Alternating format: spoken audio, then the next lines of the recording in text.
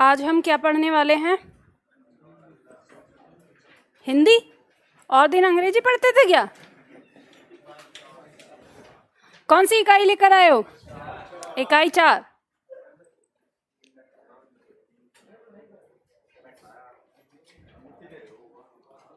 क्या हुआ? क्या दिक्कत है?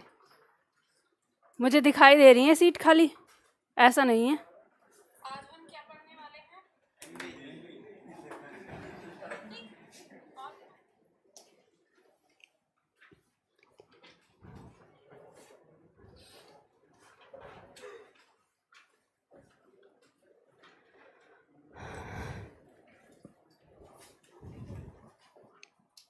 चलो देखो, हम लोग शुरू करते हैं अपनी क्लास। जल्दी आओ। देखो पीछे और जगह है तो उधर शिफ्ट हो जाओ और आगे सामने सीट छोड़ दो, ठीक है? जिनकी भी बगल में कुर्सी पड़ी है ना खाली, वो एकदम से सामने देखते हुए उन्हें छोड़ दो। कहने की जरूरत नहीं पड़नी चाहिए, समझ गए ना? हाँ जी बिल्कुल, पीछे चले जाओ। अरे मैंने कुर्सी निकाल के बाहर रखने की थोड़ी ना कही थी, मैंने कहा तुम लोग उधर शिफ्ट हो जाओ। चलो तो देखो, हम लोग शुरू करेंगे आज अपनी क्लास। और आज हमारी क्लास में कई सारे नए छात्र भी शामिल हैं। आज से हमारा एक नया बैच शुरू हो रहा है। कुछ हमारे छात्र इसमें पुराने हैं, कुछ बिल्कुल नए हैं जो आज पहली बार ही पढ़ रहे होंगे। तो ये मतलब इस दो बैच को एक जगह मिक्स करने वाला ये क्या झंझट है, क्या चीज़ है, आप सोच रहे होंगे नए छात्र। तो वो मैं पहले बता देती हूँ सबसे पहले कि हमारा जो बैच शुरू होता है वो सामान्य हिंदी का एक राउंड शेप में शुरू होता है। कहने का मतलब ये है कि हमारे जो बैच का टाइमिंग है, यानी हम क्या पढ़ रहे हैं, हिंदी। हम हिंदी पढ़ते हैं। हर दिन हमारी क्लास 1.5 घंटे की होती है। ये 1.5 घंटे हम लगभग 3 माह तक हमारी ये क्लास चलती है। अब 3 महीने एक, और वैसे भी हमारा एक ही बैच चल रहा है। तो अगर हम एक ही बैच में रहते हैं और 3 महीने तक रहते हैं तो कोई बैच स्टार्ट नहीं हो पाएगा 3 महीने तक। तो फिर छात्रों को बहुत लंबा इंतज़ार करना पड़ेगा उस चीज़ के लिए। तो हमने अपने बैच को 3 हिस्सों में बांटा है। इसे हम पहले कहते हैं भाग 1। भाग 1 का मतलब है यहाँ से हमारी जो क्लास शुरू होती है वो वर्णमाला से शुरू होती है। दूसरा आता है हमारा भाग 2, जहाँ से दोबारा हमारा बैच शुरू होता है। और इसमें जो हमारी क्लास शुरू होती है वो पद के भेद से होती है। पद के भेद मतलब संज्ञा से। और तीसरा आता है हमारा भाग 3। जब इससे बैच शुरू होता है तो यहाँ से हमारी क्लास शुरू होती है अलंकार से। और इसमें क्या होता है कि जब हम पढ़ते हैं किसी भी सब्जेक्ट को, किसी भी विषय को जब हम पढ़ते हैं तो हमें कुछ चीज़ें पीछे वाले अध्याय से हमारी रिलेटेड होती हैं। तो यहाँ पे मैंने इनको इस तरह से बांटा है कि आपका जो यहाँ से वर्णमाला से संबंधित जो टॉपिक आपके आते हैं वो इसी हिस्से में आते हैं, भाग 1 में ही, जिनका आपस में संबंध होता है, यानी जिनके लिए वर्णमाला ज़्यादा ज़रूरी है हमारी पहले। फिर उसके बाद जब हम ये दूसरा भाग पढ़ते हैं तो इसमें हमें वर्णमाला की आवश्यकता नहीं होती। तो यहाँ पे हम सारे जो पार्ट हैं उनको बिना वर्णमाला के भी हम पढ़ सकते हैं। तो इसलिए यहाँ से बैच शुरू हो जाता है। और ये तीसरा भाग है, ये एक तरह से हमारा साहित्य वाला भाग है, जो हमारी वनडे परीक्षा जो होती है, 1 दिवसीय परीक्षा, उनमें जो हमारा साहित्य पूछा जाता है। साहित्य 2 तरह का होगा। एक साहित्य होता है सब्जेक्टिव और एक होता है ऑब्जेक्टिव। ऑब्जेक्टिव में भी 2 तरह का होता है। एक होता है नेट जेआरएफ के लिए साहित्य और एक होता है हमारा बाकी जो परीक्षा होती हैं उनके लिए। तो नेट जेआरएफ का साहित्य तो बहुत बड़ा है, वो सब्जेक्टिव और ऑब्जेक्टिव में कोई अंतर नहीं है। पढ़ना पड़ता है सब्जेक्टिव के जैसा और परीक्षा में देना पड़ता है ऑब्जेक्टिव के जैसा। लेकिन हमारी इन परीक्षाओं में जो साहित्य आता है वो इस तरह से आता है। अगर मान लीजिए कि 40 अंक की हमारी हिंदी आ रही है तो इस 40 में से 6 से 7 अंक का हमारा साहित्य आता है। तो इतना हमारा साहित्य आता है। और उसमें हम रचनाकार, उनकी रचनाएं, व पुरस्कार अगर किसी को मिला है, पत्र पत्रिकाएं, हिंदी में प्रथम जो चीज़ें हैं वो पूछी जाती हैं। तो ये हम यहाँ पे करते हैं, ठीक है। तो इस तरह से हमारी ये पूरी हिंदी होती है। और यहाँ मैं आपको बता दूं कि इसमें आपकी हर परीक्षा कवर होती है, अध्यापक वाली परीक्षाओं को छोड़कर। जो एक दिवसीय परीक्षाएं हैं, चाहे वो यूपी की कोई परीक्षा है, चाहे वो एमपी की है, चाहे वो राजस्थान की है, मैंने एक परीक्षा छोड़ने का कहा है, अध्यापक वाली। अब आप कहेंगे कि मैम अध्यापक वाली लगभग 80% तो यहाँ से मिल जाता है, लेकिन 20% आपका रह जाता है। उसे मैं यहाँ क्यों नहीं कराती, क्योंकि हमारा जो टारगेट है वो बाकी और परीक्षाओं पे है। अगर हम अध्यापक वाली परीक्षा को टारगेट करके चलते हैं तो हिंदी में बहुत सारे पॉइंट आपके ऐसे होते हैं जो आपको एक्स्ट्रा लगेंगे, और आपको लगेगा, और वो एक्स्ट्रा पॉइंट ऐसे हैं जो आपको डरा सकते हैं। तो अध्यापक वाली परीक्षाओं का अगर कभी बैच शुरू किया, अलग से शुरू होगा, वो इनसे अलग होगा। तो हमारी इस क्लास में जो छात्र हैं वो 80% पढ़ने के लिए अध्यापक वाली जो परीक्षाएं हैं उनके छात्र भी रहते हैं, तो सारे छात्र कुल मिला के रहते हैं। तो अब यहाँ पर आपको बताती हूँ, जैसे मान लो डीएसएसबी की परीक्षा होती है, तो डीएसएसबी की परीक्षा, या हम राजस्थान एसआई की बात करें, तो ये दोनों परीक्षाएं ऐसी हैं कि इनमें आपका भाग 1 और भाग 2 ही आता है, ठीक है। डीएसएसबी की परीक्षा में आपका 20 अंक का, 25 अंक का, 30 अंक का, 40 अंक का, अलग अलग जैसी उनकी परीक्षाएं होती हैं उसके हिसाब से प्रश्न आते हैं। बात करें हम राजस्थान की तो 200 अंक का आता है, 100 क्वेश्चन आते हैं उसमें, और ये 2 ही भाग से, उसमें तीसरा भाग नहीं होता, यानी साहित्य, रस, छंद, अलंकार कुछ नहीं होते, बस वर्णमाला से लेके वाक्य शुद्धिकरण तक होता है। फिर बात करें हम यूपी की परीक्षाओं की, तो यूपी की परीक्षाओं में पूरा आता है इसमें, यानी अगर हम इसमें पढ़ेंगे, हम इसमें क्या छोड़ेंगे, संक्षेपण छोड़ेंगे, पल्लवन छोड़ेंगे, पत्र लेखन छोड़ेंगे, या पत्र लेखन यूपी SSSC में आता है, उसमें पूछा जाता है। हम इसमें छोड़ेंगे पहेलियाँ, ये छोड़कर बाकी सारा जितना भी होता है वो यूपी की सभी परीक्षाओं में आता है। अब बात करेंगे एमपी की, एमपी एसआई, जिसमें 70 अंक का आपकी परीक्षा में आता है, तो जो भी हम यहाँ पर पढ़ेंगे पूरा टोटल उसमें से आता है, यानी आपकी परीक्षा में से पूरा कवर करते हैं। तो ये सिलेबस हमने इस तरह से डिज़ाइन किया है कि आप किसी भी परीक्षा की परीक्षा दे रहे हैं, आपकी वो परीक्षा में आने वाले जितने भी पॉइंट हैं सारे यहाँ कवर होते हैं। बस इतना ही होगा कि आपको, अगर आपके कम हैं तो आपको छोड़ना ही होगा, और छोड़ना तो अच्छा लगता है। मान लो टीचर ने आपको 10 टॉपिक पढ़ाए और कहा कि 10 में से 7 टॉपिक हैं जो आपको पढ़ने हैं, जो आपकी परीक्षा में आएंगे, तो 3 टॉपिक जब छोड़ते हैं तो मन को बहुत खुशी होती है, चलो इतना तो वही चीज़ आप लोगों के साथ है, ठीक है। अब एक चीज़ ध्यान रखना, मैंने आप लोगों को बता दिया कि आपकी परीक्षाएं, मैंने अक्सर देखा है कि हमारे छात्र क्या सोचते हैं कि जैसे कोई टॉपिक मैं पढ़ा रही हूँ और मैं आपसे कहूँगी कि एमपीएसआई में यहाँ से प्रश्न पूछा है, तो छात्रों को ऐसे लगने लगता है कि हाँ मैडम ने हमारी तो परीक्षा का नाम लिया ही नहीं, पता नहीं हमारी परीक्षा से आएगा कि नहीं आएगा। बिल्कुल कभी ऐसा मत सोचना। अगर मैंने स्पेशल किसी परीक्षा का नाम लिया है तो उस परीक्षा वाले छात्र को स्पेशल उस पॉइंट पे फोकस करना है, कहने का मतलब यह है। बाकी सबको तो करना ही करना है, लेकिन अगर स्पेशल किसी परीक्षा का नाम लिया है तो आपको फोकस करना है। और ये ध्यान रखिए, जब मैं आप लोगों को पढ़ाती हूँ, जिस समय मैं आप लोगों को पढ़ा रही हूँ, यहाँ पे हूँ पोडियम पे, तो उस समय मैं आपसे जो कुछ भी बात कहूँ, तो अगर आपको ऐसा लगे कि परीक्षा के दृष्टिकोण से ये बात बिल्कुल सही है या ऐसा हो सकता है, तो उसको नोट डाउन कर लेना। मेरे से दोबारा मत पूछना, क्योंकि मुझे नहीं पता है कि मैंने क्या बताया है, ये पहले ही बता देती हूँ। डरने वाली चीज़ नहीं है, आपको निधि मैडम नहीं पढ़ाती है यहाँ आके, यहाँ पे आपको कोई और ही शक्ति पढ़ाती है, ये मैं साफ बता देती हूँ। डरने वाली चीज़ नहीं है कि आपको लगे कि पता नहीं कौन है। कहने का मतलब यह है कि हर इंसान के अंदर एक रोल होता है, ठीक है।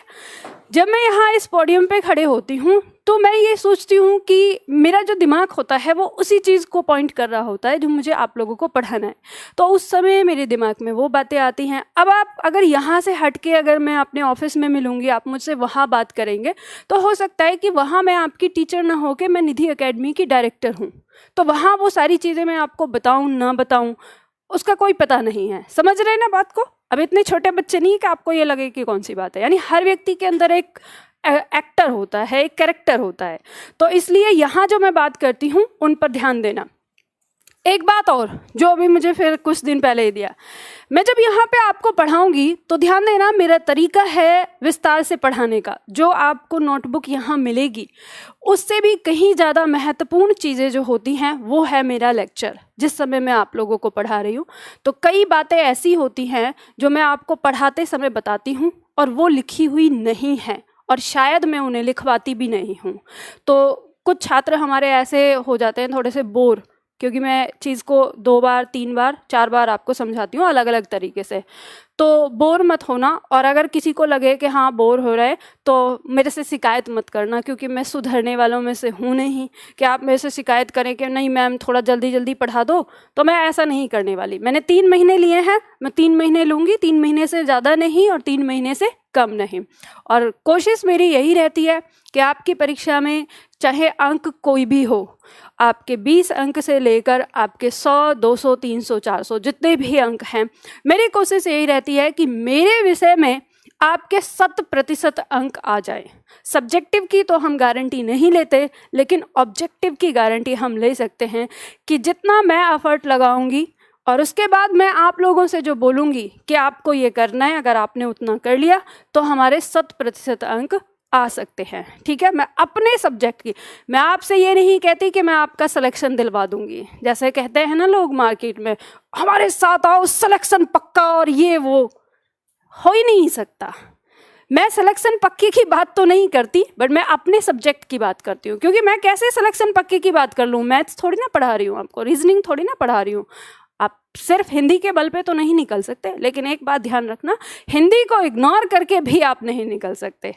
तो हम लोग शुरू करेंगे, हमारी जो क्लास शुरू होगी वो भाग 2 से शुरू होगी। यहाँ से आज हम यहाँ से पढ़ेंगे। अब आपके दिमाग में आ रहा होगा कि मैम हमें वर्णमाला से पढ़ना था, तो परेशान ना होना। जब भी कभी वर्णमाला से कोई संबंधित यहाँ पर कोई भी पॉइंट आएगा तो मैं उसको वहीं पे बताऊंगी। भले ही पुराने छात्र पढ़ चुके हैं, मैं नए हिसाब से, मेरे लिए ये है कि आप सभी लोग नए हैं, उसी हिसाब से मैं पढ़ाऊंगी। ठीक है, तो हम लोग शुरू करते हैं। आज समझेंगे, आज आपको लिखना नहीं है, सबसे अच्छी बात ये है। ठीक है, आपको लिखना नहीं है, बस समझना है। और जो रफ कॉपी आपको मिली, आपको कुछ चीज़ अगर लगे कि हाँ हमें यहाँ पे ये लिखना चाहिए, तो वो आप अपने तरीके से नोट डाउन करिएगा उसको। आज हम लोग शुरू करते हैं। तो सबसे पहले शब्द लेते हैं हम सामान्य हिंदी।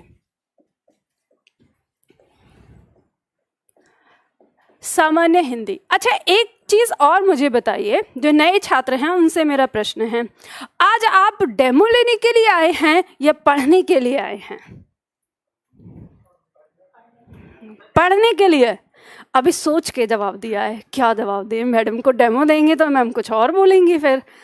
तो अच्छी बात है, पढ़ने के लिए। ये ध्यान रखना, आपके दिमाग में ये डेमो वाला कॉन्सेप्ट मुखर्जी नगर ने पैदा कर दिया है। ऐसा कुछ नहीं है। मेरी क्लास में मुझे डेमो देना ही नहीं आता कि डेमो कैसे दिया जाए, उलझाना नहीं आता, बहकाना नहीं आता। मैं अपना सच कहने के लिए एकदम से मतलब कहूँ कि इस बात के लिए मैं बुरी हूँ, सच बोल देती हूँ, तो मुझे बहकाना नहीं आता। तो हम लोग यहाँ पे पढ़ना शुरू करेंगे। हम यहाँ जितने भी पॉइंट की बात करेंगे, हर पॉइंट में आपका प्रश्न होगा। तो मैं इस बात की गारंटी लेती हूँ कि आप मेरी क्लास को रेगुलर करें या ना करें, लेकिन आज की क्लास में आपकी परीक्षा में आने वाले प्रश्न जरूर आपको मिलेंगे। ठीक है, तो ध्यान रखना। और हमेशा एक बात याद रखना, जब भी आप परीक्षा नहीं, क्लास में आप बैठते हैं, तो क्लास में आपको हमेशा एक प्रश्न के साथ बैठना चाहिए कि आज मुझे क्या सीखना है। और जब क्लास छोड़ें तो उस समय इस प्रश्न के साथ छोड़ना चाहिए कि आज मैंने क्या सीखा। ठीक है, तो चलो हम लोग शुरू करते हैं। सामान्य हिंदी हम पढ़ रहे हैं, और सामान्य हिंदी में हम पढ़ने वाले हैं सामान्य हिंदी का व्याकरण। आपकी परीक्षा में व्याकरण शब्द से ही प्रश्न आ जाता है कि यह इसके अंदर उपसर्ग है तो कौन कौन सा उपसर्ग है। ठीक है, तो व्याकरण शब्द हमारा वी प्लस आ प्लस करण से मिलकर बना है। मैं अभी आपकी क्लास में आने से पहले थोड़ा सा विचार कर रही थी, तो मेरे जहन में एक प्रश्न उभर के आया। भविष्य में आपसे कभी पूछा जा सकता है, अब प्रश्न आया है तो पूछा जा सकता है कि जैसे हमने कहा कि व्याकरण शब्द में कितने उपसर्ग हैं, तो हमें यहाँ दिखाई दे रहे हैं 2 उपसर्ग हैं, वी आ और करण। करण क्या है? करण एक प्रत्यय है, ठीक है, प्रत्यय का काम करता है। तो ये शब्द बना है। अब अगर हम इसके शाब्दिक अर्थ की बात करें तो इसका मतलब होता है भली भांति समझना या नियम बनाकर समझना। तो जब हम किसी चीज को भली भांति तरीके से समझने की कोशिश करें या नियम बनाकर समझने की कोशिश करें तो हम उसी को क्या कहते हैं? व्याकरण। तो हम कह सकते हैं कि हम हिंदी को समझने के लिए नियम बनाते हैं और उन नियमों के समूह को ही, यानी जो वो नियम बना के हमने एक जगह इकट्ठा किया है, उसी को हम क्या कहते हैं? व्याकरण कहते हैं। अब आपकी परीक्षा में कभी ऐसा प्रश्न आ सकता है जो मेरे जहन में उभर के आया है, मैं आप लोगों को बता देती हूँ। जैसे ये है व्याकरण में आपका ये उपसर्ग हो गया, ये उपसर्ग हो गया, तो आपसे ये पूछ सकता है कि निम्न में से या व्याकरण शब्द में निम्न में से क्या है? और ऑप्शन में आपको दे सकता है 2 उपसर्ग 1 प्रत्यय है, या 1 उपसर्ग 2 प्रत्यय है, इस तरह से। तो अगर आपको शब्द की पहचान है कि ये किससे बना है, आप कह सकता है कि 1 उपसर्ग 1 मूल शब्द और 1 प्रत्यय है, इस तरह से आ सकता है। और दूसरा ये भी आ सकता है कि व्याकरण में आपसे कह सकता है कि 2 उपसर्ग 1 संधि और 1 प्रत्यय है। तो आपको ये बात समझ में आ रही है कि अगर हम इस शब्द को देखें तो इसमें क्या है? 2 उपसर्ग 1 प्रत्यय है या 2 उपसर्ग 1 संधि और 1 प्रत्यय है? 2 उपसर्ग 1 संधि और 1 प्रत्यय है, क्योंकि आपको पता है यहाँ पर संधि भी हो रही है, ठीक है। यानी वी, ये जो वी की ई है, इस ई का क्या बन रहा है? य, ठीक है। तो इसमें यण संधि यहाँ हो रही है। तो इस तरह का मेरे दिमाग में प्रश्न आया, तो लास्ट जो हमारे छात्र हैं जिन्होंने अभी संधि समास पढ़ा है, तो वो इस बात को भी नोट डाउन करें, क्योंकि ऐसा प्रश्न भी आ सकता है। चलिए, खैर, हमें यहाँ पे ये बात पता चला कि जो हमारा व्याकरण शब्द है इसमें 2 उपसर्ग और 1 प्रत्यय हैं, और हमने इसका शाब्दिक अर्थ समझा। अब जब हम हिंदी व्याकरण की बात करते हैं तो हिंदी व्याकरण को हम 4 भागों में बांटकर पढ़ते हैं। इसमें सबसे पहला पार्ट हम लेते हैं वर्ण विभाग। वर्ण विभाग। दूसरा हम लेते हैं शब्द विभाग, और तीसरा हम लेते हैं पद विभाग, और चौथा आता है हमारा वाक्य विभाग। आपकी परीक्षा में प्रश्न आ जाता है व्याकरण को कितने भागों में बांट के पढ़ते हैं, ठीक है। तो 4 भागों में हम बांट के व्याकरण को पढ़ते हैं। अब इसमें सबसे पहले देखिए, जो वर्ण विभाग है इसका मतलब क्या है? इस विभाग के अंदर हम वर्णमाला पढ़ते हैं, और वर्णमाला में जो वर्ण है वर्णों का ज्ञान करते हैं। तो ये हम कह सकते हैं कि अगर हम अपनी इकाइयों को देखें, जो इकाई आप लोगों को मिलेंगी, यहाँ पे आपको 8 इकाई मिलती हैं, ठीक है, पतली पतली छोटी छोटी अलग अलग। मैंने एक मोटी सी नोटबुक ना बना के छोटी छोटी कर दी अलग अलग। तो जब हम देखते हैं इकाई 1 जो है वो हमारी, वो पूरी क्या है? वर्ण विभाग की है। उसमें जो वर्ण से संबंधित हैं, वर्तनी से जो संबंधित हैं, वो चीज़ें हैं हमारी। जब आता है ये शब्द विभाग, तो इस शब्द विभाग को हम 2 हिस्सों में बांट लेते हैं। अगर हम इसे देखें तो पहला हम कह सकते हैं शब्द निर्माण। शब्द निर्माण में हम क्या पढ़ते हैं? शब्द निर्माण में हम पढ़ते हैं 4 विधि, जिसके अंदर आता है हमारा संधि, समास, उपसर्ग और प्रत्यय, ठीक है। यह शब्द निर्माण में होता है। तो अब शब्द निर्माण का मतलब क्या था? देखो, ये वर्ण है, वर्णों को मिलाकर हमने सार्थक अर्थ देकर शब्द बनाए।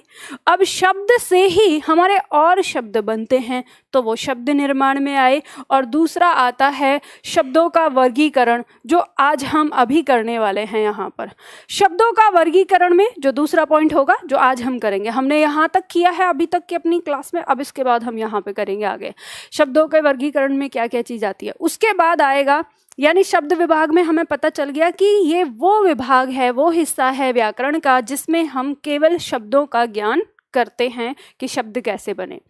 इसके बाद आता है पद विभाग। पद विभाग का क्या मतलब है? अब 2 शब्द हमारे सामने आते हैं। एक आता है शब्द और एक आता है पद। आपने अगर इससे पहले हिंदी पढ़ी होगी तो आपने देखा इसमें बड़ी उलझन रहती है कि शब्द और पद दोनों एक ही हैं या अलग अलग हैं। तो आप बताइए क्या लगता है आपको, शब्द और पद दोनों एक ही हैं या अलग अलग हैं? मैं देख रही हूँ जो हमारे नए छात्र आए हैं उनको ऐसा लग रहा है कि पता नहीं क्या हो रहा है, सारी दुनिया जहान का प्रेशर हमारे ही सर पे आके बैठ गया है। ऐसा लग रहा है यार, चेहरे पे थोड़ी सी मुस्कुराहट लेके आओ, आप हिंदी पढ़ रहे हो, आपको यार बोरिंग लगता है? बताओ कितने छात्रों को बोरिंग लगता है हिंदी? नए वाले छात्र बताएं। मैम पढ़ा नहीं है, जी का जंजाल बनी हुई है ये हिंदी, ऐसा है क्या? अच्छा पुराने वाले छात्र बताओ कौन सा सब्जेक्ट सबसे अच्छा लगता है? अब अरे बोल तो दो हिंदी, डर से ही बोल दो।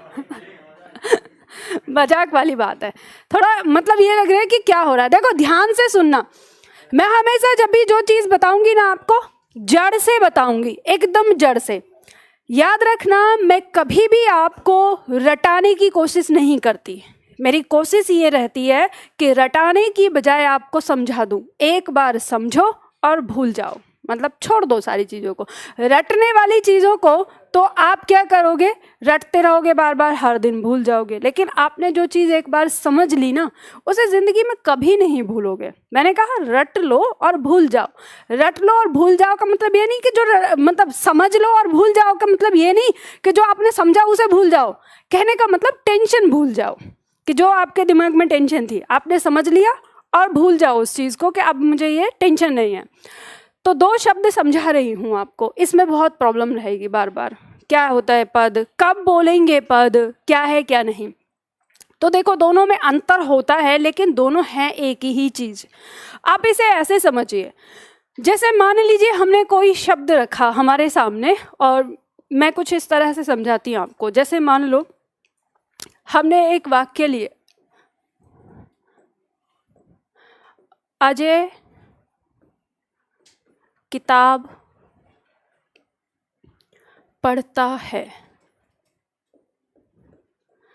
ये वाक्य है हमारे सामने। अगर मैं आपसे कहूं कि इस वाक्य में कितने शब्द हैं तो आप क्या बताएंगे? एक अजय, एक किताब, एक पढ़ता और एक है। ठीक है, ये 4 शब्द हैं। इसमें शब्दांश किसको कहेंगे?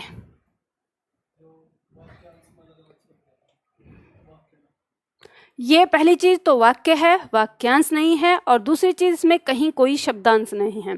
कैसे? देखो शब्दांश का मतलब क्या है, अगर आप इसको तोड़कर देखेंगे तो शब्द प्लस अंश से मिलकर बना है, यानी जिसके अंदर शब्द का अंश है लेकिन वो शब्द नहीं है। तो जो आपका उपसर्ग और प्रत्यय होता है वही होता है शब्दांश। तो अब आप इसे, ये या तो शब्द होंगे नहीं तो होंगे ही नहीं, समझ गए? तो शब्दांश नहीं कहना। ऐसे ही आएगा वाक्यांश, वाक्य का अंश है जिसमें मतलब वो वाक्य नहीं है पूरी तरह से और शब्द भी नहीं है, मतलब टुकड़ा है वो वाक्य का, उसे आप कहेंगे वाक्यांश। ठीक है, तो दोनों का मतलब यही समझो। तो अभी यहाँ पे मैंने जिनके नीचे रेखांकित किया है हमने इनको कहा शब्द। अब इन्हीं में से किसी को कहते हैं पद। तो वो पद क्या कहते हैं? जैसे अब ये अजय है तो अजय अपने आप में एक शब्द है, लेकिन हमने इस वाक्य के अंदर इसको प्रयोग में ले आए तो ये क्या कहलाएगा? शब्द ना कहला के क्या कहलाएगा? पद कहलाएगा। अब पद कैसे? देखो ऐसे मान लो जैसे अभी आप यहाँ पर बैठे हो, आपके पास एक पद है और वो पद क्या है? छात्र होने का। ठीक है, अब आप घर पे जाओगे अपने मम्मी के पास, आपका नाम सोनू, मोनू, रोहन जो भी है वो नाम है एक। ठीक है, लेकिन अब यहाँ पे आप छात्र हो मेरे लिए। अब घर पे गए, अपनी मम्मी के लिए क्या हो जाओगे? बेटे हो जाओगे। फिर आप अपनी पत्नी के पास गए तो उनके लिए पति हो जाओगे। नहीं है अभी, चलो कोई बात नहीं, भविष्य में चले जाओ। ठीक है, भविष्य में मान लो। फिर वहाँ आप गए अपने नन्हे मुन्ने के पास तो उसके लिए आप क्या हो गए? पिता हो गए। तो वहाँ पे आपको जो मिल रहा है पद, छात्र, बेटा, पिता और पति, ये सब क्या है? ये पद हैं। लेकिन आप अपने आप में एक हो, जो भी आपका नाम है, रोहन, मोहन, सोनू, जो भी है। ठीक है, तो वैसे ही ये जो अजय शब्द यहाँ आया तो ये एक शब्द है, लेकिन अब इसे पद मिला है। पद क्या मिला? अब हम पद को पहचानेंगे कि एक तो ये संज्ञा है। ठीक है, सबसे पहले क्या है, संज्ञा है। तो इसे एक शब्द मिला कि ये संज्ञा, और संज्ञा में भी ये कौन है, संज्ञा में व्यक्तिवाचक है। अब आपको ये दिमाग लगाने की जरूरत नहीं, घबराना नहीं है कि हम कैसे पहचानेंगे, कि ये सब हम पढ़ेंगे, अभी हम जान रहे हैं कि आखिर ये होता क्या है।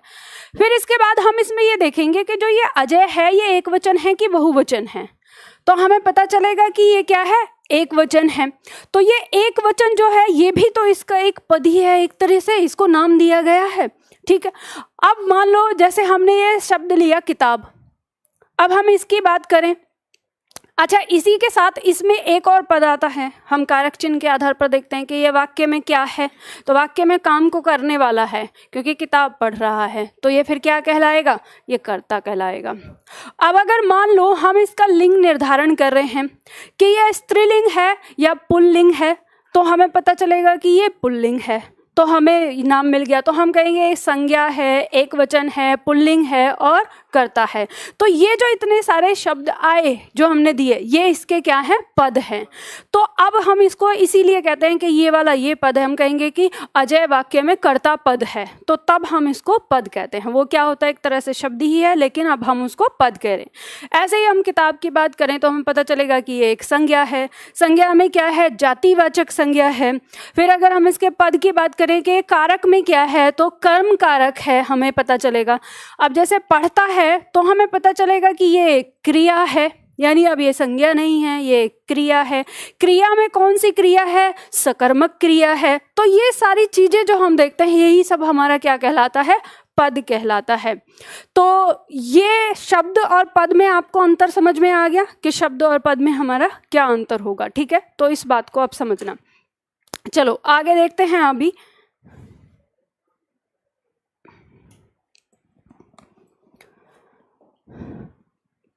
अब आता है हमारा, तो यहाँ पे हमने आज जो शब्द के बारे में बताया ये हमने बता, यानी इसके बाद हम जो पद विभाग पढ़ेंगे तो इसमें पद पढ़ेंगे।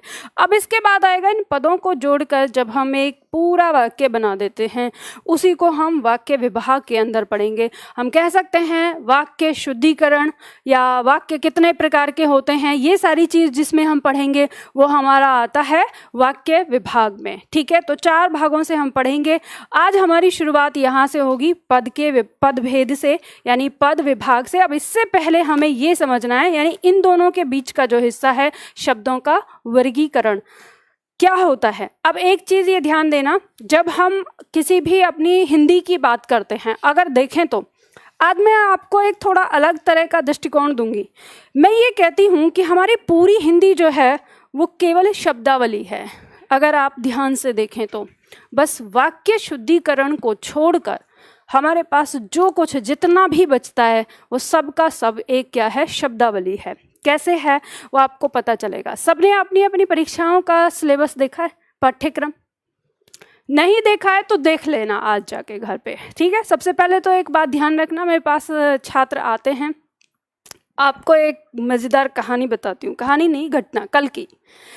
मेरे पास एक छात्र आया और बहुत ही ज़्यादा कहते हैं ना उत्साहित था अपने एग्ज़ाम को लेकर, और ऐसे कह रहा था मुझे हाथ जोड़ के कि मैम बस मुझे सिलेक्शन दिला दो।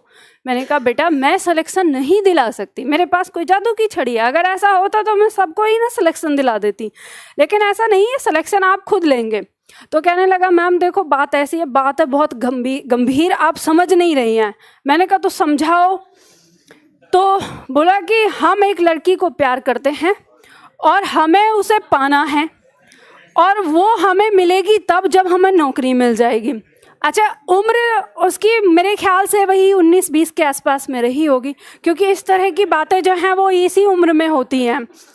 तो मैंने कहा कि ठीक है बेटा, तो ऐसे और मुझको मैम RO निकालना है, क्योंकि इसमें हिंदी आती है, और मुझे बताया हमारे एक सीनियर ने कि हिंदी के दम से आप निकाल सकते हो, तो इसलिए मैं आपके पास आया कि हिंदी मैम अच्छा पढ़ाती हैं। तो मैंने कहा हाँ ठीक है बेटा, लेकिन पढ़ाई करो, तो आप बताएं कैसे कैसे पढ़ना है। तो मैंने फिर बताया कि पहले ये करो और उसके बाद फिर बाद में मिलना मुझसे 2 महीने बाद, पहले ये पढ़ के आओ उसके बाद। ठीक है मैम आपको बता रहा हूँ। फिर फ़ोन बजा, देखो मैम अभी भी उसी का ही फ़ोन है। मैं सोच रही थी अपने मन में, मैंने कहा ये बच्चा कितना मतलब नादान है। मैंने कहा कि ठीक है मैम 1 मिनट बात कर लेता हूँ। करो, ठीक है, बैठ के हाँ 2 मिनट, अरे मैंने बताया था ना मैम के पास आया हूँ, वो मुझे उनसे बात करूँ, थोड़ी देर में बात करता हूँ। जब वो बात कर रहा था मैं उसको देख रही थी आराम से, तब मैं कह रही थी, मैंने कहा कितना नादान है ये, जिस बात को ये वो 1-1 मिनट की खबर ले रही है कि हाँ कहाँ हो क्या हो। लगता है इसको कि ये पढ़ पाएगा या वो पढ़ने देगी। वो कह रहा है बस 1 साल है मेरे पास, इस 1 साल में मुझे निकालना है। तो मैं ऐसे बैठ के सोच रही थी, मैंने कहा 1 साल बाद ही ये बच्चा डिप्रेशन में चला जाएगा जैसे इसके हालात हैं। मैं भगवान इसको बचाओ, इसकी मदद करो, इसे समझाओ कुछ। पर मैं नहीं समझा सकती, क्योंकि जो प्यार करने वाला होता है, अगर आप उसको ये बोलोगे ना कि तो प्यार कर रहा है, इसमें खतरा है और ये चीज़ है, तो सबसे पहला दुश्मन आप ही हो गए उसके, कि ये बोल दिया।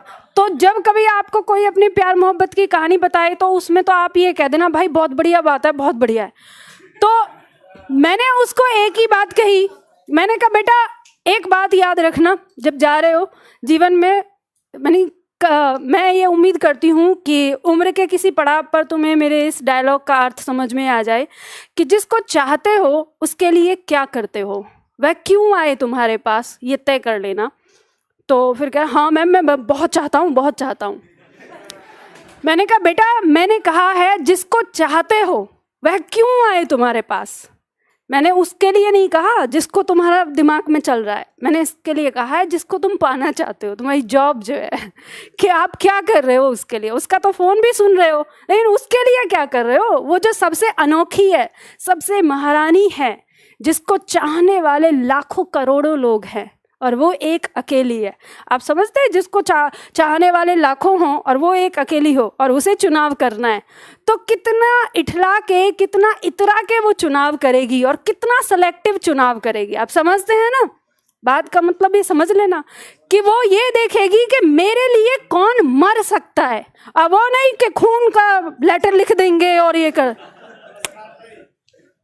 समझ रहे ना, कौन अपना सर खपा सकता है रात दिन पढ़ाई में, तो वो उसका चुनाव करेगी। कौन अपना आलस त्याग सकता है, कौन मेरे लिए रात दिन मर सकता है, उसका चुनाव। ठीक है, मैं कुर्सी की बात कर रही हूँ जिसके लिए हम तैयारी कर रहे हो, तो ध्यान रखना। अरे चलो ठीक है तो ये बात आप लोगों के लिए भी है कि जीवन में जब भी कभी आपको ऐसा लगे ना कि अरे क्यों पढ़ रहे हैं, क्या पढ़ रहे हैं, तो बस ये वाली बात सोच लेना, है ना। चलो शुरू करते हैं शब्दों का वर्गीकरण। शब्दों के वर्गीकरण में अब हम यहाँ देखेंगे कैसे हमारी ये शब्दावली हर जगह आ रही है। एक बात हमेशा याद रखना, हम यहाँ पे प्रतिशत के हिसाब से लेके चलेंगे। हम यहाँ कर रहे हैं कि हिंदी के शब्द हैं और हिंदी के शब्द हमने यहाँ पर रख लिए 100%। ठीक है, पूरा शब्दकोश हमारे सामने है।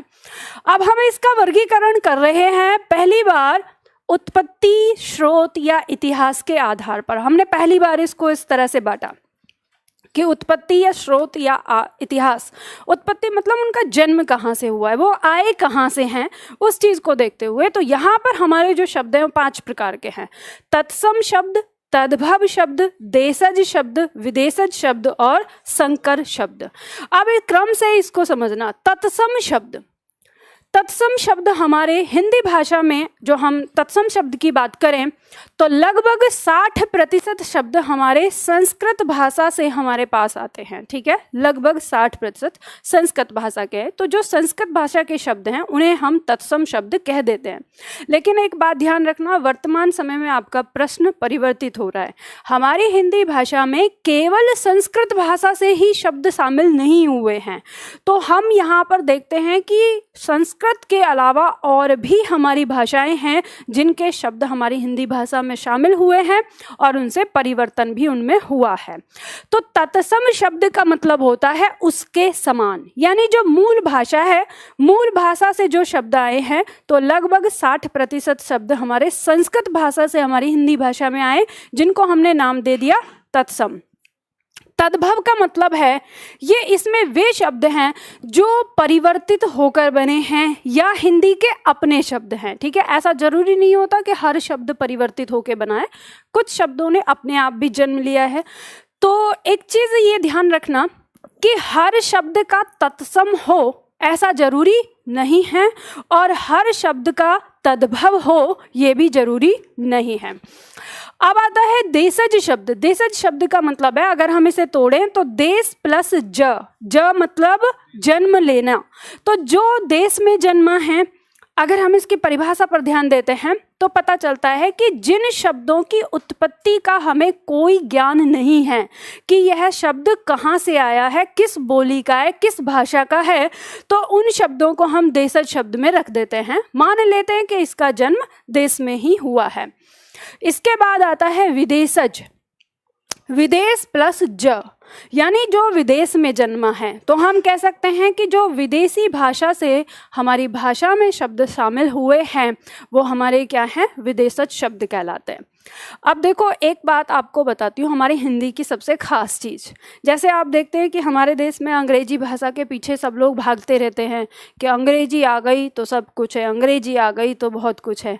हमारी हिंदी भाषा इतनी प्यारी है कि अंग्रेजी भाषा को अपने विदेशज कोटे में रखती है। अगर हम इसका परसेंटेज देखें तो हम ये कह सकते हैं कि 60% तत्सम शब्द हैं हमारी हिंदी में, लगभग 30% हमारे तद्भव शब्द हैं और 10% में हमारे ये 3 हिस्से बचते हैं। और आप ये लगा सकते हैं कि हमारी हिंदी भाषा अंग्रेजी को अपने 10% हिस्से में शामिल रखने की हैसियत रखती है, लेकिन हम कभी इस बात को देखते ही नहीं, समझते नहीं हैं। तो विदेशज में आता है हमारा अंग्रेजी, अरबी, फारसी और भी बहुत सारे शब्द। अब आप देखेंगे कि हिंदी भाषा में उन भाषाओं का ज़्यादा बाहुल्य पाया जाएगा जिनके हम गुलाम रहे हैं। मतलब हम शुरू में मुगलों के गुलाम रहे तो हमारी भाषा में अरबी और फारसी के शब्द हैं, फिर हम अंग्रेज़ों के गुलाम रहे तो हमारी भाषा में अंग्रेजी के शब्द हैं, ठीक है।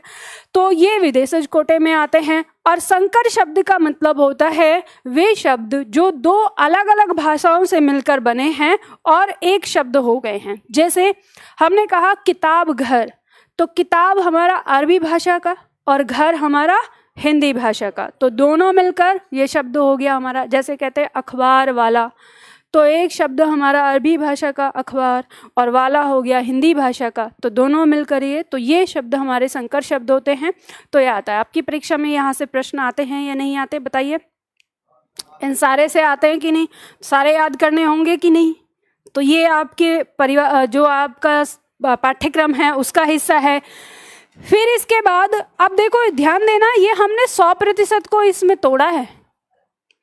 ये मत सोचना कि 100 में से निकाला है, ये पूरे के 100 को हमने इस तरह से बांटा। अब हम इसका वर्गीकरण एक बार फिर दोबारा करते हैं और दूसरा वर्गीकरण होता है किसके आधार पर? रचना या बनावट के आधार पर। रचना या बनावट का मतलब क्या है? वो बना कैसे है। इससे पहले हमने क्या किया? उत्पत्ति, उसका स्रोत क्या है, उसका इतिहास क्या रहा है, इसके आधार पर।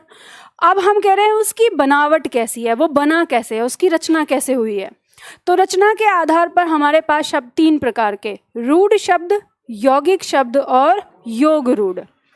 अगर हम इसे देखें तो रूढ़ शब्द का मतलब होता है वे शब्द जिनका अपना सार्थक अर्थ होता है, अगर हम उनका टुकड़ा कर दें तो वो अपना जो अर्थ है उसे खो देते हैं। परिभाषा तो यही आपको समझ में आती है, पढ़ी है, ऐसा नहीं है मैं कुछ ऐसा पढ़ा रही हूँ आपको जो नया है, बस मैं आपको समझाऊंगी। आज तक आपने यही परिभाषा पढ़ी है कि रूढ़ शब्द वे होते हैं जिनका अगर टुकड़ा कर दें तो वो अपना अर्थ खो देते हैं। कभी आपने सोचा है अर्थ कैसे खो देते हैं, मतलब क्या हो जाता है? फिर बेचारे रोते होंगे टूट कर और ये सारी चीज़ें, कुछ ऐसा लगता है? देखो रूढ़ शब्द का मतलब है, अब शब्द से पहले समझना, रूढ़ का मतलब है जो अपनी बात पर अड़ा हुआ है, उसी को तो कहते हैं ना रूढ़, यानी वो किसी बात को नहीं मानेगा। तो ऐसे ही अब हम एक शब्द लेते हैं, जैसे मान लो हम आपके सामने एक शब्द है किताब। किताब का क्या अर्थ समझ में आता है आपको? किताब का अर्थ क्या है? पुस्तक। मैं यही सोच रही थी, यही कहेंगे पुस्तक। तो जब आपने किताब या पुस्तक जो भी बोला, आपके दिमाग में क्या फोटो उभर के आई? किताब की फोटो उभर के आई ना। तो जो ये फोटो उभर के आई है यही है इसका सार्थक अर्थ, ठीक है। इसको क्या कहते हैं? इसका सार्थक अर्थ जो आता है ना, इसके पीछे के इनमें अपना एक सार्थक अर्थ होता है। अब अगर हम इसको यहाँ पे ये जो की है इसको हटा देते हैं और यहाँ क्या रह गया? ताब। अब बोलो आपके दिमाग में फोटो आ गई किताब की?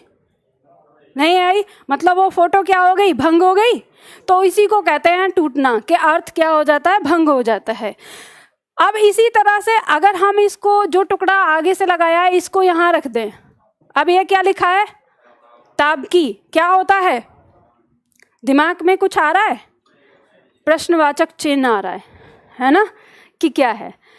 तो ये अंतर समझना, जब हमने शब्द रखा यहाँ किताब, तो हमारे दिमाग में एक फोटो उभर के आई, ठीक है, उसके पीछे का अर्थ। और जब हमने ताबकी लिखा तो हमारे दिमाग में कोई अर्थ नहीं आया। तो अब देखो, शब्द वर्णों का समूह तो यह भी है और वर्णों का समूह तो यह भी है, लेकिन एक शब्द है और एक शब्द नहीं है। इसमें अर्थ नहीं है तो ये कोई शब्द नहीं है, इसमें अर्थ है तो ये एक शब्द है। अब इसका जो अर्थ है वो अपने आप में है। अगर हम इसके आगे पीछे का कोई वर्ण हटा देते हैं तो इसका जो किताब होना जो अर्थ है वो खत्म हो जाता है, यानी बचता ही नहीं है इसके, ना टुकड़े में बचता ना इसके आगे। तो ऐसे जो शब्द हैं उन्हीं को हम क्या कहते हैं, रूढ़ शब्द कहते हैं। यानी जो अपने आप बने हैं, उनका अपना अर्थ है, उन्हें और हम तोड़ नहीं सकते, उन्हें तोड़कर कहीं और नहीं बना सकते।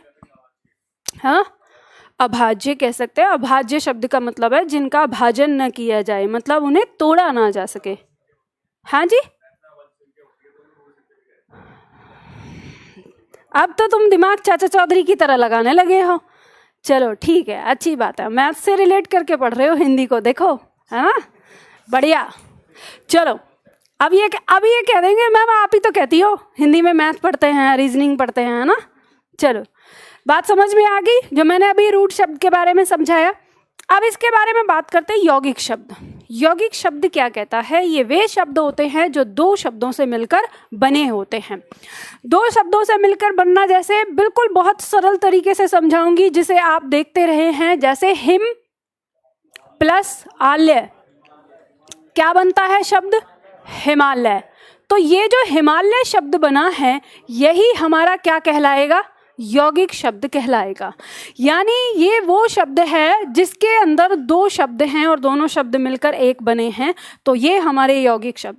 अब इनके अर्थ में आप ये कहेंगे कि मैम अगर हम हिमालय शब्द को भी तोड़ें अगर टुकड़े में, तो यह भी तो हिम माने बर्फ और आलय मतलब स्थान, इन दो अलग शब्दों में अर्थों के साथ अलग हो जाता है। और आप कह रहे हैं कि हिमालय शब्द को मतलब जो ये रूढ़ शब्द नहीं हो सकता क्या, दिमाग में ये जा रहा होगा कि जैसे हमने किताब को तोड़ा तो किताब में अगर एक वर्ण भी हटा दिया तो किताब का जो अर्थ है वो निकल गया। इसी तरह से अगर हम हिमालय को दो टुकड़े कर देते हैं तो हिमालय का भी तो अर्थ निकल जाता है ना।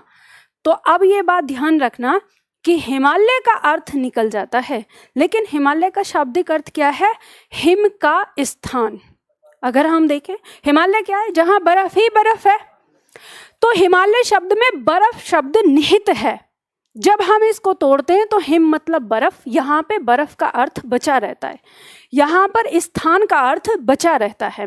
तो इसीलिए हम इसको यौगिक शब्दों में रखते हैं। मतलब कहने का मतलब है अगर हम इसके टुकड़े करते हैं तो इसके टुकड़ों में वो अर्थ निहित रहता है जो उसके मूल शब्द का था, यानी जो बना था, इसलिए हम इसको यौगिक में रखते हैं।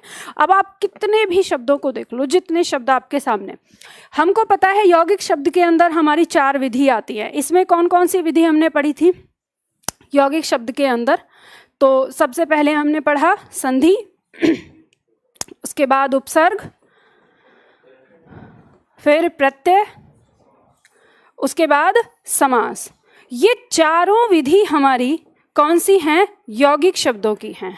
ठीक है, तो इन चारों विधि से बनने वाले जितने भी शब्द होते हैं वो क्या होते हैं, यौगिक। अब आपको यहाँ एक बात पता चली, 100 शब्द ये हैं, तो आप इतना तो कह सकते हैं कि मान लो 40 शब्द आपके रूढ़ हो गए, 30 शब्द आपके ये हो गए और 30 शब्द आपके ये हो गए, योग रूढ़। अब इसको समझ लो, योग रूढ़ का मतलब क्या है, इसकी परिभाषा कहती है कि जो दिखने में तो होंगे यानी बनने में होंगे किसके जैसे, यौगिक के जैसे, और अर्थ के आधार पर होंगे रूढ़ के जैसे।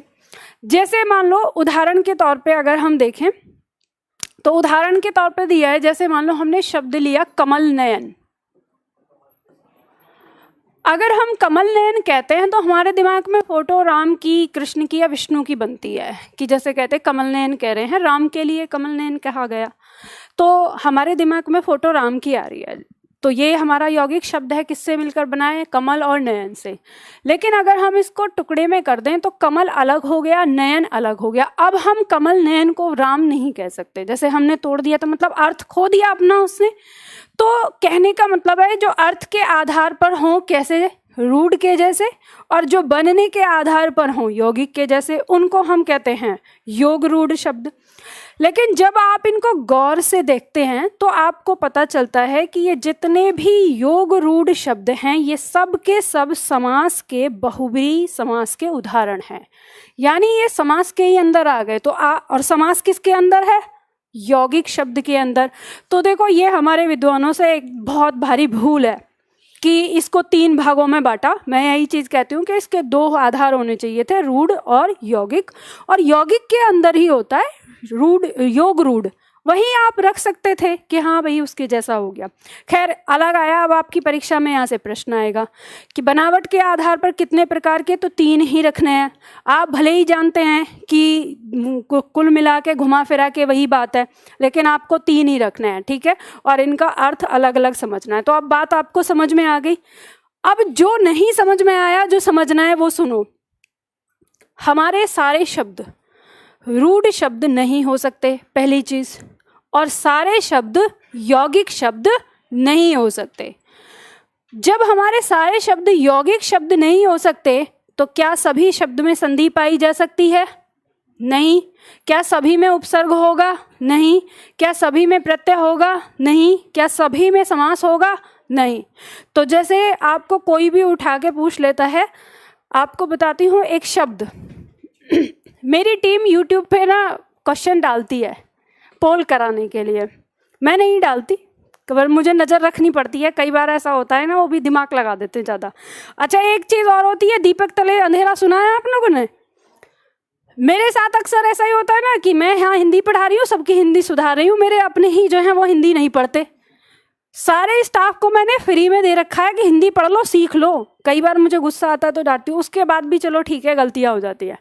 अभी एक शब्द और आया, जब मुझे दिखाया मेरी टीम ने कि इस शब्द में कौन सी संधि होगी, शब्द लिखा था दुर्ग। और ये मैंने पूछा कि ये पहले तो ये बताओ ये प्रश्न लिया कहाँ से है? तो कि टेलीग्राम पे पढ़ा था, वहाँ से देखा। तो वहाँ पे अच्छा दिखाओ, तो टेलीग्राम पे उस जिस ग्रुप में था उससे देखा, और उसमें देखा कि क्या लिखा हुआ है जनाब ने, दुहु प्लस ग, इसमें दुर्ग। अब देखो नियम कितना सटीक बैठाया है। विसर्ग का मेल तीसरे भाग से हो रहा है, तो ये विसर्ग र में बदल जाएगा। र आधा है, र आधा हो गया, ग के ऊपर चढ़ जाएगा, हो गई संधि दुर्ग में, विसर्ग संधि हो गई दुर्ग में। अब आप कहेंगे मैम बिल्कुल सही बात तो है, हो गई। ऐसे हो तो दुनिया के सारे शब्दों में संधि घुसा देंगे हम, जितने भी शब्द हमारे सामने दिए हैं। लेकिन मैंने आपको एक बात बताई है कि संधि कभी भी ऐसे ही किसी वर्ण में नहीं होगी, उसके लिए एक शब्द का होना जरूरी है। कोई मूल शब्द हो, उसका उपसर्ग हो, कोई प्रत्यय हो। लेकिन यहाँ पे उपसर्ग तो हमारे सामने है, लेकिन इस ग का मतलब क्या है? जरूरी तो नहीं है कि हर शब्द में संधि हो, समझ रहे हैं ना? इस ग का कोई अर्थ नहीं है। अच्छा दिमाग लगाने वाले चाचा चौधरी से ज़्यादा तेज दिमाग लगा देते हैं। वो कहेंगे कि मैम अभी अभी तो आपने ज का अर्थ बताया था, तो ग का भी अर्थ बता दो हमको। अरे जरूरी नहीं होता कि हर शब्द का, हर वर्ण का अर्थ हो, हर वर्ण से बना हो। भाई आपके उपसर्ग हैं, प्रत्यय हैं, सारे थोड़ी ना बने हैं। अब जैसे मान लो आप देखेंगे च, अगर आपने संस्कृत भाषा पढ़ी है तो च और के लिए प्रयोग करते हैं वहाँ पे, ठीक है? तो जरूरी नहीं है कि हर वर्ण को उन्होंने वैसे ही प्रयोग किया हो। ज का प्रयोग मतलब जन्म लेने से बना दिया, तो जरूरी नहीं है कि ग का अर्थ ही होगा वहाँ पर। हमारी बात ये है कि जिस वर्ण का या जिस शब्द का अर्थ होगा उसी से बनेगी आगे संधि, या उसी से समास या उपसर्ग या प्रत्यय। ऐसा नहीं कि हम कुछ भी लगा देंगे, ठीक है? तो जब भी कभी शब्दों का चुनाव करना है तो आपको ध्यान देना है। अब ये हमारे जो textbook.com है, जो हमारे पढ़े लिखे लोग हैं उनकी है, ठीक है, उन्होंने ये बनाया हुआ है। अच्छा, मैं ये चीज़ कहती हूँ, आप लोगों से हमेशा मना करती हूँ कि मत लगाओ textbook.com, मत लगाओ। कोई अध्यापक नहीं है वहाँ पर, वहाँ सारे इंजीनियर हैं। सारे इंजीनियरों को समझ में आ गया है कि शिक्षा एक सबसे अच्छा तरीका है जिससे आप अच्छा पैसा कमा सकते हो, मोटा पैसा कमा सकते हो। और ये वो इंजीनियर हैं जिन्होंने ज़िंदगी में कभी हिंदी नहीं पढ़ी, और उनकी हिंदी लिखवा के देख लो आप, उनको समझ में नहीं आएगा क्या क्या लिखेंगे क्या नहीं। और वो हिंदी के टेस्ट बना रहे हैं, कुछ भी उठा के कहीं से भी बना के। तो इसलिए सावधान रहो उन चीज़ों पे। इसके बाद हम अगर शब्दों का वर्गीकरण अर्थ के आधार पर करें, दो प्रकार से किया, अर्थ के आधार पे आ जाता है। अच्छा, ये आपकी परीक्षा में आते हैं पूरे संधि समास उपसर्ग प्रत्यय। अब आता है अर्थ के आधार पर, तो एकार्थक शब्द, अनेकार्थक शब्द, समानार्थक, विपरीतार्थक और समरूपी भिन्नार्थक। कभी भी हिंदी को पढ़ो ना तो हिंदी को उसके अर्थ के शब्दों से ही अर्थ निकलता है। एकार्थक, एक प्लस अर्थ, वे शब्द जिनका एक ही अर्थ हो, तो वे शब्द हमारे क्या कहलाएंगे? एकार्थक। अनेक प्लस अर्थ, अनेकार्थक, वे शब्द जिनका अनेक अर्थ हो यानी एक से अधिक हो तो अनेकार्थक शब्द कहलाएंगे। समानार्थक, वे शब्द जिनका समान अर्थ हो, अर्थात पर्यायवाची, जिसे आप पर्यायवाची कहते हैं। ध्यान दीजिएगा, हमारे कुछ छात्र कभी कभी समझ नहीं पाते। जैसे मान लो कुछ परीक्षाओं में परीक्षा क्या करता है कि परीक्षा पर्यायवाची की जगह समानार्थी रख देता है, और मेरी किताब में लिखा हुआ है पर्यायवाची, तो आके मुझसे कहते हैं मैम आपने समानार्थक शब्द नहीं पढ़ाए, सारे तो हो गए। तो समानार्थक का मतलब क्या है? पर्यायवाची, लिख लेना आगे। आगे आता है विपरीतार्थक, विपरीत अर्थ रखने वाले, उल्टा, जिन्हें आप क्या कहते हैं? विलोम। ठीक है, तो विलोम हो गया। और फिर इसके बाद है समरूपी भिन्नार्थक, या इसका एक और नाम आता है समश्रुति भिन्नार्थक शब्द। तो सम माने समान, रूपी माने रूप, भिन्न अलग अलग, अर्थ माने अर्थ। जो समरूपी हैं, समान रूप है, दिखने में सुनने में एक जैसे लगते हैं, लेकिन अर्थ कैसा है उनका? भिन्न है, तो उन्हें क्या कहते हैं? समरूपी भिन्नार्थक या समश्रुति भिन्नार्थक या श्रुति सम भिन्नार्थक शब्द के नाम से जाना जाता है अलग अलग। कैसे? जैसे उदाहरण के तौर पर समझ लो, हमारे सामने शब्द दिया हुआ है अली और एक शब्द दिया है अली। इनमें अंतर क्या है? लेखन में तो हमें अंतर समझ में आ जाएगा, लेकिन उच्चारण में हमें अंतर समझ में नहीं आएगा। लेखन में तो समझ में आ रहा है कि एक में लघु ई है और एक दीर्घ ई है। ठीक है, आपस में बातें मत करो। ठीक है, मेरी क्लास में ना थोड़ा सा इस बात के लिए समझ रहे हैं ना, नए हो अभी। तो यहाँ दो शब्द हैं हमारे सामने, अली और अली। इनमें अंतर आपको बताना है और ये आपकी परीक्षा में आता है, ध्यान रखना। आज याद रख के चले जाओगे ना तो कभी भी परीक्षा में मिल सकता है, फिर उस दिन याद करोगे आज की क्लास। दोनों शब्द आते हैं। अली, इसका मतलब है भ्रमर यानी भंवरा, और इस अली का मतलब है मित्र, सखा, दोस्त। अब आपके दिमाग में चल रहा होगा कि मैम ऐसे तो भूल जाएंगे, याद रहेगा एक का मतलब भ्रमर है और एक का मतलब दोस्त है। फिर बाद में जब परीक्षा में प्रेशर आएगा तो कौन से का मतलब भ्रमर था, कौन से का दोस्त। ठीक है, तो याद करने का तरीका बता देती हूँ। देखो अंतर पहचान लो शब्दों में। इसमें है लघु और इसमें है दीर्घ।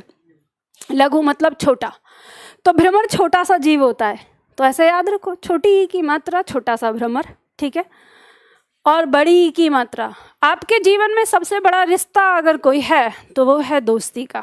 ठीक है, सब स्वार्थी होते हैं, बस यही एक ऐसा रिश्ता होता है जो बिना स्वार्थ के होता है ना, तो बड़ा होता है सबसे। तो बड़ी ई की मात्रा मतलब मित्र, सखा।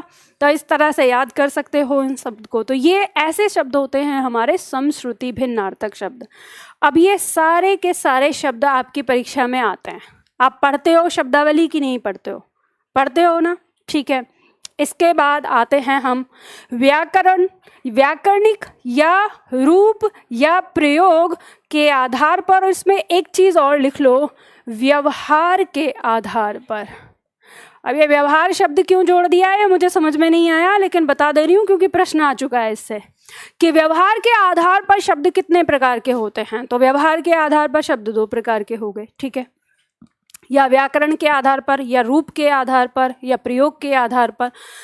तो दो प्रकार के हैं, विकारी और अविकारी। तो अब मुझे ये बताओ कि ये सारे के सारे शब्द हैं और यहाँ आपकी खत्म हो जाती है पूरी हिंदी।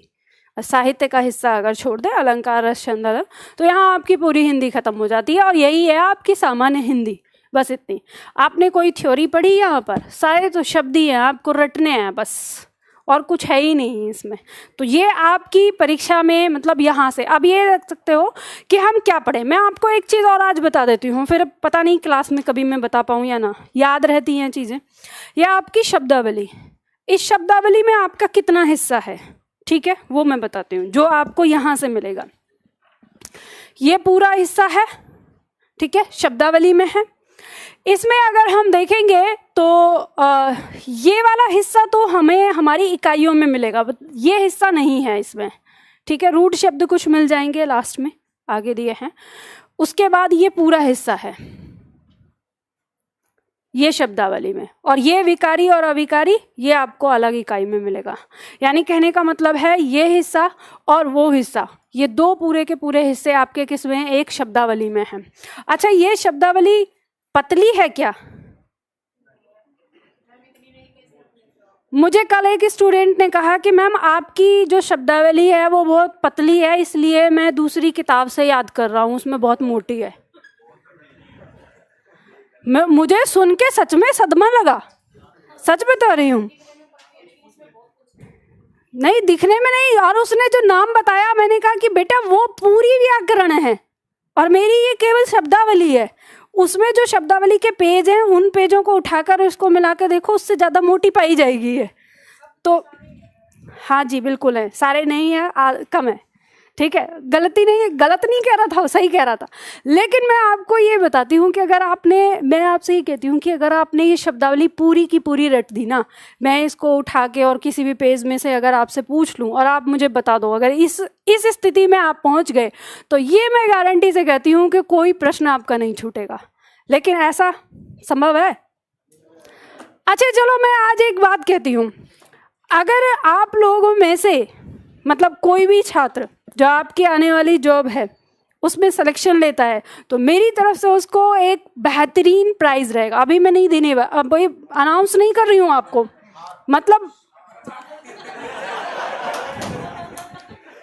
वो तो मेरे पास भी नहीं है। हाँ देखेंगे, मैं तो अपने सारे छात्रों को देने की बात कर रही हूँ। जो सिलेक्शन लेगा, जो सिलेक्शन लेगा उनके लिए, ठीक है। ये अब मुझे नहीं पता, देखो ये तो मैंने अभी मेरे दिमाग में आया है कि कैसे। हाँ नहीं, मैं सोच रही थी आपको जो आपके काम आए वो वाली चीज़, मतलब मैं आपको बिगाड़ने वाली चीज़ की बात नहीं सोच रही थी। मेरे दिमाग में जो चल रहा है जो आपको काम आए और आपके ऑफिशियल वर्क में भी काम आए और आपके घर में भी काम आए और सारी चीज़ में। हाँ देख लो, आपको पता है ना। हाँ तो मेरा ऐसे ही सोच रही थी दिमाग में, तब वो सारी चीज़ें, पर वो देखेंगे कि ठीक है अगर आप मेहनत करो तो। अच्छा अब ये तो हो गई चलो सिलेक्शन वाली बात। आज एक और चीज़ कहती हूँ, ये वाली बुक अगर आप ऐसे तैयार कर लो कि मैं कहीं से भी उठा के पूछूं तो मैं आपको फ़ोन दूंगी जो जीतेगा। हाँ जी, जो मेरे पास है, इतना वो नहीं है। हाँ हाँ, मैं अपना फ़ोन किसी को नहीं देती, मैं अपना फ़ोन किसी को नहीं देती। पहली बात ये जान लो, मुझे मेरी चीज़ों से बहुत ज़्यादा लगाव है और मेरे पास सब स्टोर में रहती हैं और मैं तो जो हटता जाता है ना चिट लगा के रख देती हूँ। ये इतने साल से लेके इतने साल तक मैंने इस्तेमाल किया, तो मैं थोड़ा सा चीज़ों के मामले में अलग हूँ, डिफरेंट। हाँ आपको ये नहीं पता, मैं स्मार्ट बोर्ड को भी नहीं छूने देती। आपको पता है ना, मना करती हूँ कि इसे मत छूना, वो बेचैन हो जाता है। मेरी चीज़ें ऐसे ही सेंसिटिव है, आपके हाथ में जाएंगी काम ही नहीं करेंगे, ये ध्यान। तो नया देंगे आपकी अपनी चीज़ें, ठीक है। तो पर ये बताओ मुझे, तैयार हो? चलो तो कब हम रखें ये प्रतियोगिता? कल? ये बैच जिस दिन अंतिम होगा, ठीक है, 3 महीने हैं आपके पास। ये बैच जिस दिन अंतिम होगा, यानी जिस दिन आपकी फेयरवेल होगी, उस दिन हम ये प्रतियोगिता रखेंगे और जो जीतेगा उसी समय हम देंगे, ठीक है।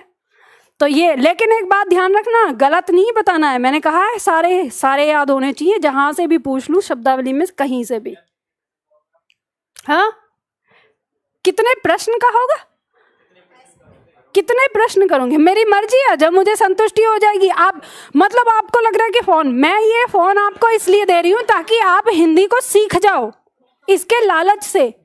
तो मैं जब तक मुझे संतुष्टि होगी कि हाँ अब ये परफेक्ट है, अब ये पूरे के पूरे नंबर लगाएगा, तब ठीक है। चलो अब आते हैं हम इस वाली चीज पे। आ जाओ, देखो कितना, मैं यही देख रही थी, मुझे ना अभी क्या लग रहा था कि जैसे मैं बता रही थी तो कुछ छात्र जो हैं थोड़े से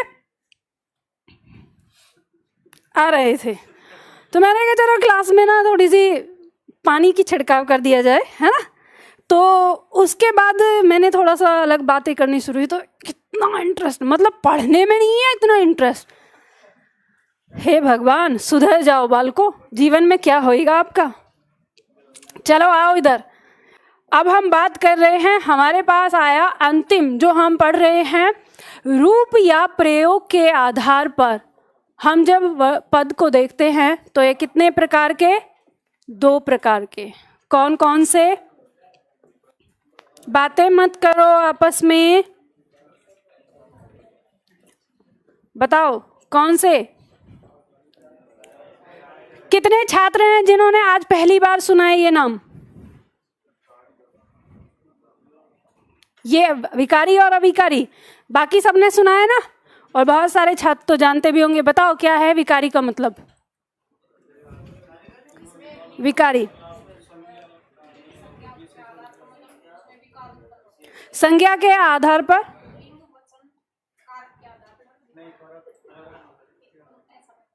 हाँ हाँ हाँ, बताओ बताओ, सही बता रहे हो, गलत नहीं है, सही है।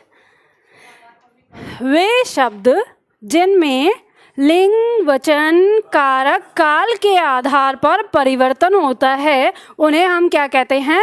विकारी कहते हैं। और अविकारी वे शब्द जिनमें लिंग, वचन, कारक, काल के आधार पर कोई परिवर्तन नहीं होता उन्हें हम क्या कहते हैं? अविकारी कहते हैं, हाँ, या अवयव कहते हैं। अब मुझे एक बात बताओ, ये बचपन से रटते आ रहे हो परिभाषा आप, कि हाँ आपने रटी है कि ये ऐसे होता है, ये ऐसे होता है, कभी इसके अंदर जाके देखा है? या परिवर्तन नहीं, विकार, परिभाषा, सटीक परिभाषा अगर देखें तो वे शब्द जिनमें लिंग, वचन, कारक, काल के आधार पर विकार उत्पन्न होता है वे विकारी, और जिनमें विकार उत्पन्न नहीं होता वे अविकारी। कभी जीवन में सोचा है कि विकार क्या है? सबसे पहले तो यही बताओ। अब अगर हम इसको देखें, विकार मतलब विकारी, तो जिसमें विकार उत्पन्न हो वो विकारी, और जिसमें विकार उत्पन्न न हो वो अविकारी। तो सबसे पहले ये जो शब्द आपके सामने आया विकार, इसका मतलब है परिवर्तन। रटने से काम नहीं चलेगा, आप रटते रह जाओ, पूरे जीवन रटते रह जाओगे। एक बार समझ लो, विकार का मतलब है परिवर्तन, मतलब किसी भी स्थिति के कारण उसमें कुछ भी परिवर्तन आया, छोटा सा ही परिवर्तन आया, तो वही हमारा क्या कहलाएगा? परिवर्तन कहलाएगा। उसी को हम विकारी या अविकारी के अंदर, यानी परिवर्तन नहीं हुआ तो अविकारी और परिवर्तन हो गया तो विकारी। अब ये परिवर्तन कैसा, सवाल उठता है कि ठीक है, हमें ये बात समझ में आ गई कि परिवर्तन होता है। अब हम ये देखते हैं कि लेकिन ये परिवर्तन कैसा, ये भी तो हमें समझना है। तो देखो, आपको बताती हूँ परिवर्तन किस तरह का होता है। हमारे सामने हमने एक शब्द लिया, शब्द है लड़का, ठीक है। अब मैं आपसे ये कहूँ, पहले तो मुझे ये बताओ कि जो ये लड़का शब्द है, अगर मैं इसमें वचन की बात करूं तो इसमें कौन सा वचन है? एक वचन। अब मैं आपसे कहूं कि इसका बहुवचन बताओ मुझे, तो इसका बहुवचन क्या हो गया? लड़के। अब मुझे इसका लिंग बताओ, यह स्त्रीलिंग है या पुल्लिंग है? तो पुल्लिंग है, तो इसका स्त्रीलिंग बनाओ,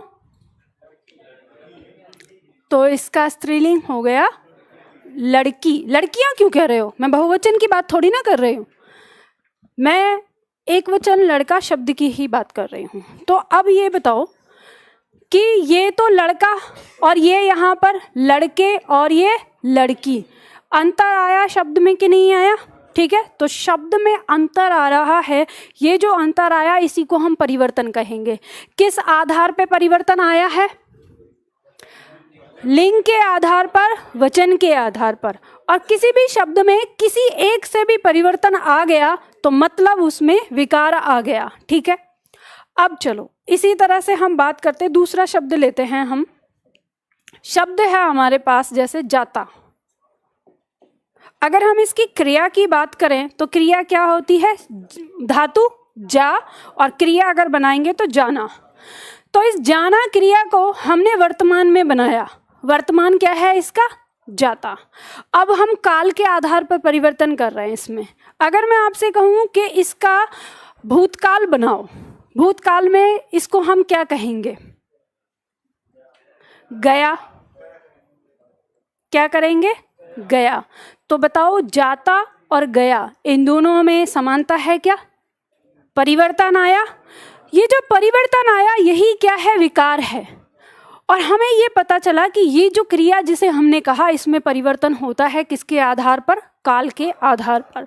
तो काल के आधार पर इसमें परिवर्तन आ गया तो ये क्रिया भी हमारी क्या हो गई? विकारी शब्द के अंदर ही आ गई। तो ये जो परिवर्तन आ रहा है इसी परिवर्तन को हम विकार कहते हैं, और जिन शब्दों में ये परिवर्तन होता है उन्हीं को हम क्या कहते हैं? विकारी कहते हैं।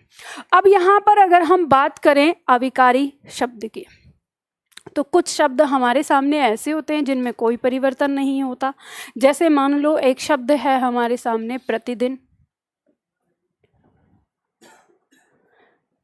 इस प्रतिदिन में अगर हम देखें वचन के आधार पर इसका बहुवचन बनाएंगे क्या? इसका हम स्त्रीलिंग, पुल्लिंग, इसका क्या हम देखेंगे कि कारक कौन सा है? अच्छा, जो परिवर्तन मैं आपको बता रही थी, मैंने आपको वचन के आधार पर बताया, लिंग के आधार पर बताया और काल के आधार पर। कारक के आधार पर परिवर्तन कैसा होता है उसे भी हम देख लेते हैं। तो उससे पहले हम ये जान लेते हैं, जैसे प्रतिदिन, इसमें कोई परिवर्तन नहीं हो रहा। शब्द आ गया इधर, क्या इस शब्द में कोई परिवर्तन है? शब्द आ गया और, क्या इसमें कोई परिवर्तन है? शब्द आ गया इसलिए। क्या इसमें कोई परिवर्तन नजर आ रहा है आपको? मतलब किसी भी आधार पर, काल के आधार पर, वचन के आधार पर, लिंग के आधार पर कोई परिवर्तन नहीं। तो इसीलिए हम इन शब्दों को किस में रखते हैं? अविकारी शब्द में रखते हैं। अविकारी का दूसरा नाम अवयव है। ठीक है, अब बात करते हैं कारक के आधार पर परिवर्तन कैसा आया। जैसे देखो, हमारे पास एक शब्द है मैं, ये क्या है? हमारा सर्वनाम होता है। ठीक है, मैं को हम किस में रखते हैं? सर्वनाम में। इस सर्वनाम के साथ हम कारक चिन्ह लगा रहे हैं। हमने यहाँ पे मैंने, ने लगाया, तो इसका क्या बनेगा शब्द? मैंने। यहाँ तो हमें कोई अंतर समझ में नहीं आया, बस इतना अंतर समझ लेना कि जब मैंने लिखोगे तो ये एक सुरेखा के साथ लिखा जाएगा, अलग अलग नहीं। ठीक है, टुकड़ों में नहीं लिख सकते। लेकिन हम इसके साथ दूसरा कारक चिन्ह लगा रहे हैं, को। तो क्या लिखोगे? मैं को, मुझको। परिवर्तन आता है मुझको या मुझे। ठीक है, ये दो रूप इसके आएंगे। तो यहाँ पे मैं का परिवर्तन हुआ कारक चिन्ह के साथ, मुझको या मुझे। अगर इसके साथ से लगाएंगे तो क्या आ जाएगा? मुझसे। अगर मैं लगाएंगे तो क्या आ जाएगा? मुझ में। ठीक है, अगर इसी तरह से और जैसे का की लगाते हैं, का लगा दिया हमने संबंध वाला, तो क्या हो जाएगा? मैं का या मुझ का? क्या होगा? अरे मेरा। क्या होगा? मेरा।